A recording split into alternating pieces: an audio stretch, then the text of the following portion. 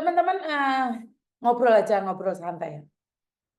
Saya ngelihat orang-orang yang dompetnya tebal, masuk penjara pun mereka nggak takut meski tersenyum. Orang yang dompetnya tebal, sabarnya tebel banget. Helikopternya ditompaknya kron, diderek, masih bisa tersenyum. Sementara saya dan mungkin kalian yang kesabarannya setipis tisu, disenggol uang langsung bengok. Benar nggak? Kesabaran kita setipis tisu, dilokne wong ngegas. Kesabaran kita setipis tisu, dilokne tonggo langsung gendeng. Ditukari dulur langsung ngamuk. Nah, saya tidak pernah mereview ya. Cuman ini aja cerita aja. Tanggal 1 kemarin, tanggal 1 April, ya. Tanggal 1 April kemarin ada tragedi di Medan. Seorang anak yang berumur 33 tahun membunuh orang tuanya sendiri. Ibu kandungnya sendiri. Saat ditanya sama polisi, kenapa kamu membunuh? Dia itu mukanya nyantai, bahkan nggak merasa bersalah. Ya karena saya depresi, cerai sama istri. Ya masa iya sih cerai sama istri, ibu kandungnya dibunuh? Sudah dengar ini belum? Nah, ternyata masalahnya sangat sepele sekali. Karena minta uang rokok tidak dikasih sama ibunya. Akhirnya ibunya dituncepi gunting. Jadi, ayolah teman-teman. Jangan terlalu memanjakan anak-anak. Baik laki atau perempuan. Kalau yang perempuan kita bisa lihat di dunia entertainment. Yang mengatakan maknya bokongnya plastik. Mengatakan susu nemae plastik, raine plastik. Walaupun plastik semuanya. Itu si mak, si mbok itu mau mencari uang buat si anak itu. Ini anak perempuan ya. Yang pinter di media sosial. Dia mengomeni orang tuanya. Bokongnya plastik, susunya plastik. Dan akhirnya tercoret dari kakak. Nah, ini anak laki-laki, bukan yang pertama kali. Masih ingat salah satu TKW Hong Kong, orang Malang yang meninggal dunia karena anaknya. Hampir lebaran. Karena terjadinya percekcokan. Saya tidak ingin kita sebagai orang tua terlalu memanjakan anak-anaknya. Saya sangat sedih sekali saat mendengar ibu yang berjuang untuk anaknya harus mati di tangan anaknya. Seorang ibu yang berjuang demi anaknya harus mati di tangan anaknya. Jadi dari bayi kamu dibesarkan oleh seorang ibu. Bahkan kamu tidak punya bapak. Seorang ibu ini berangkat ke luar negeri. Hanya ingin menafkahimu. Hanya ingin menafkahimu. Tapi saya tidak setuju dengan kata-kata zaman sekarang, buah tidak jauh jatuh dari pohonnya. Enggak juga loh Mbak, enggak bisa. Karena anak-anak sekarang itu dibimbing oleh media sosial. Saya kurang setuju. Karena anak-anak sekarang itu terracuni lingkungan luar. Kalau zaman dahulu saya percaya, anak jatuh tidak jauh dari pohonnya. Sekarang enggak Mbak. Bahkan buah tidak akan ada yang jatuh saat ini. Buah langsung dipetik.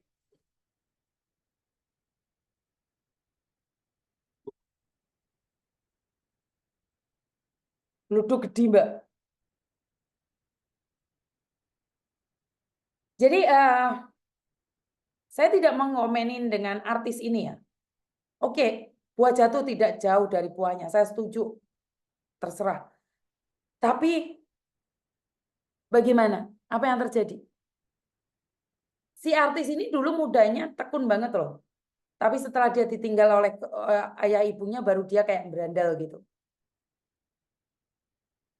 Dan kalau kalian bilang buah jatuh tidak jauh dari buahnya, buah jatuh tidak jauh dari pohonnya. Yakin pohon mengajarkan buah untuk membunuhnya? Yakin buah diajarkan untuk ngerempesi tubuhnya ibunya? Jadi jangan ya. Jangan menganggap bahwa buah jatuh dari tidak jauh dari pohonnya. Dan pohon sekarang itu cerewet. Wong tua iki saiki nemen cerewete. Dadi anak iki risih campur karo wong tuwek. Anak iku gak gelem guyon karo wong tuwek. Ya wedi omahe cerewet tok. Kumpul mbek maene diamo ae. Yo gluduk mau Mbak, wedi ya, Bu.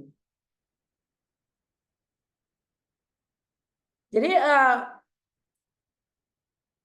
emang ada orang yang ngajarin untuk membunuh ibunya. Kalau memang buah jatuh tidak jauh dari pohonnya. Ada seorang ibu ngajarin anaknya maling. Ayahnya seorang kiai, ibunya seorang guru, anaknya maling. Ayo ngomong saiki. Emang orang tuanya yang ngajarin? Enggak. Jadi bukan orang tuanya yang ngajarin. Sekali lagi, saya cuma pesen, bukan saya ingin mereview dengan apa yang terjadi. Saya cuma ingin bilang sama kalian semua, berhati-hatilah. Karena pengaruh di luar itu akan menentukan masa depan anak-anakmu. Pengaruh media sosial itu sangat dahsyat sekali. Anak keponakan saya, umur baru 10 tahun. Sudah bisa ngisi top up buat main game. Saya bilang sama dia, kamu sudah bisa top up main game. Di usia kamu 11 tahun. Kamu SMP, kamu SMA. Kamu sudah bisa membunuh bapak dan ibumu. Saya ngomong kayak gitu sama keponakan saya. Hari ini orang tuamu nyuruh kamu belajar. Kamu gila main game. Akhirnya dia tahu. Iya ma, maaf ma. Jadi anak-anak sekarang itu kalau dikasih uang bukannya dibuat jajan. Anak-anak sekarang dikasih uang bukan buat beli makanan. Tapi buat main game. Game-game sekarang ini sudah menguasai otak anak-anak kita. Bagaimana kita menjauhkan anak-anak dari media sosial? Ya kita harus ngobrol yang membuat mereka suka. Kalau kita ngobrolnya mengamuk-ngamuk, toh ya jelas anakmu ngobat mabit. Jadi kalau sekarang bilang kalian itu karena buah jatuh tidak jauh dari pohonnya, saya kurang setuju. Karena sekarang buahnya di stek. Iya, digo kampret kabeh. Digo lowo, begarangan, lingkungan juga. Nah, yang tadi saya katakan, Mbak, bapaknya Pak Yai, ibu guru. Lingkungannya pondokan atau lingkungannya Kristen. Tapi kenapa anaknya bisa tiba-tiba ditangkap? Ternyata maling. Ternyata narkoba. Selain lingkungan media sosial. Karena kita sekarang itu tidak mengenali teman anak-anak kalian. Kita itu udah nggak kenal teman anak-anak kalian. Kalau saya pribadi, saya lebih suka anak saya membawa temannya datang ke rumah. Setidak-tidaknya saya tuh tahu siapa aja temannya. Benar nggak? Saya tidak ingin anak saya bersembunyi. Tidak tahu akhirnya ketemuan di belakang. Ternyata pacaran. Saya tidak menginginkan itu. Saya lebih suka terbuka. Jika kamu ada masalah, kita ngobrol bareng. Dan saya nggak pernah marah. Tanya sama Meme, saya tuh teriak-teriak saja. Tapi benar-benar marah. Saya tuh nggak teriak-teriak kayak gitu. Tanya sama Koko Thomas, tanya sama Meme. Kalau saya marah itu saya malah nggak ada suaranya sama sekali. Kalau saya marah, saya tuh diem 1000 bahasa. Saya cuma selalu nepuk dada tanya selera saya. Yo alah Gusti, kok kebacut men, arek iki cilik tak gedekno. Wis gede kok nemen-men. Nangis saya. Saya cerita sama bapak. Terus suami saya menguatkan saya. Yo salahmu juga sih. Kok ngono, Pak? Arek mulai bayi dititipne wong tua. Saya tersentuh. Bener juga sih. Saat saya sadar bahwa saya tidak menjaga anak-anak saya waktu kecil, Saya nggak berani marah sama anak-anak saya. Akhirnya saya dudukkan mereka. Akhirnya saya dudukkan Meme ataupun Koko. Saya tanyakan mau mereka apa. Jadi saya cuma ingin bilang sama kalian semua. Mungkin konten ini tidak diminatin ya. Ya gue sing golongane manuk-manuk wis padha ngantuk. Tapi itu buat kalian yang punya anak, yang single mother, dengarkan saya ngomong. Berhati-hatilah dengan anakmu. Baik duduk, Mbak.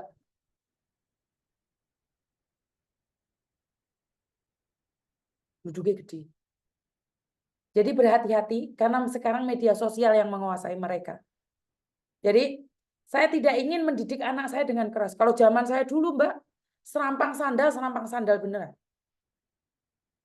Anak sekarang nggak bisa diserampang sandal, Mbak. Ya kalau Meme sama Koko itu saya bercanda ya. Kalau saya benar-benar marah, saya nggak kayak gitu. Saya diem.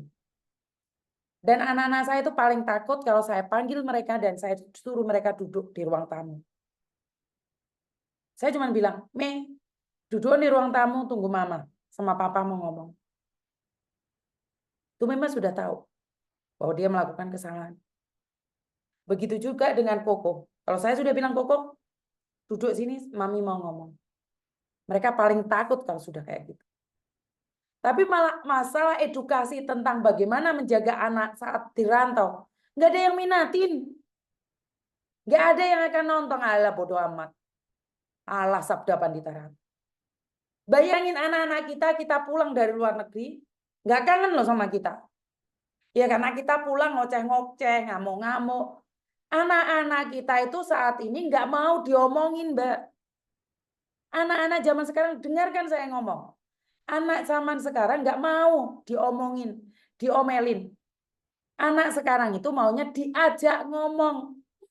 Didengarkan omongan mereka. Bukan kue sing ngomong tuwek. Sabda Pandita Ratu terus-terusan. Biarkan dia yang curhat. Biarkan dia yang mengatakan apa yang dia mau. Ora awakmu cerita awakmu dewe. Oh, main di Hongkong ini. Kamu menceritakan duniamu. Lah kamu mau dengarkan anakmu atau enggak? Kalau saya enggak, Mbak. Saya akan nanyakan bagaimana kabarnya. Bagaimana sekolahnya. Bagaimana teman-temannya. Jadi kita harus mendengarkan dia. Biar dia yang ngomong, bukan kita ngomongin dia. Oh, ojo ngene. Diomongi pisan wes. Ojo mau balen-baleni. Kemarin si Meme itu melakukan kesalahan besar. Bagi saya besar juga enggak, kecil juga enggak, besar sih. Kenapa? Kenapa? Coba. Kemarin teman-temannya bawa mobilnya dia masih baru, bawa tongkat besar, catnya itu belukrutan di mobil. Dia pulang, mobil masih baru seminggu itu. Pulang ngomong, Mama, maaf, mobilnya kena cat. Cuman satu di atas. Ya udah saya lihat satu. Nah, saya secara pribadi sebagai orang tua ngecek semuanya. Ternyata bukan cuma satu itu blukrutane cat. Di tebeng sini, di semua tempat duduk belakang itu kena cat semua. Tapi sedikit-sedikit. Dan nggak ada yang ngeh. Suami saya nggak ngeh karena suami saya duduknya di depan. Setelah itu saya ngobrol sama Meme. Tahu nggak catnya itu bukan cuma satu globronya? Nggak tahu, Ma. Nah, ini banyak loh, Mei, harusnya dicek. Saya bilang seperti itu sama anak saya. Kan saya nggak tahu, Ma. Oh ya udah. Tapi nggak tahu bukan berarti kamu tidak bertanggung jawab atas mobilmu, Mei. Kan saya nggak pernah duduk belakang, Ma. Saya kaget. Tak simpen di hati. Karena dalam mobil dia masih nyupir, saya nggak berani marah sama dia. Tak tahan, Mbak. Tak tahan. Selesai makan, mau istirahat tidur, saya bilang, Mei sini. Saya nggak suka dengan jawabanmu. Mobil itu mobilmu. Dan kamu bilang, kamu nggak tahu karena kamu tidak pernah duduk belakang, karena kamu selalu ada di mobil depan. Jadi bukan tanggung jawabmu kalau semua cat-cat ini selemprahan kayak gini. Bukannya minta maaf, malah kamu bilang, kan saya nggak pernah duduk di belakang, mana saya tahu. Berarti kamu nggak punya tanggung jawab dong nih.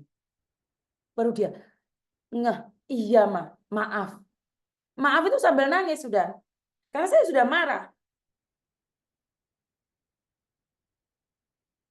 Jadi waktu dia nyupir saya nggak ngamuk Mbak. Karena penting. Mulai ngamuk kok.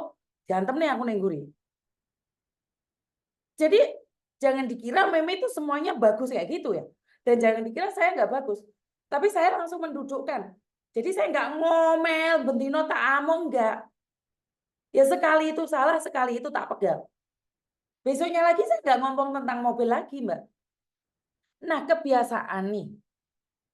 Ibu saya, kalau marah itu pagi sama sore, besok malam lagi nyambung, besok lagi nyambung. Nah, saya nanya nih, kalian sebagai ibu yang mana? Mengingatkan anak atau ngoceh sepanjang jalan? Jawaban gue, hanya kalian yang tahu. Bener nggak? Jadi hanya kalian yang tahu apakah kalian tuh yang ngoceh-ngoceh terus atau kalian yang apa ini? Oke, mbaknya yang sakit telepon saya. Tunggu sebentar.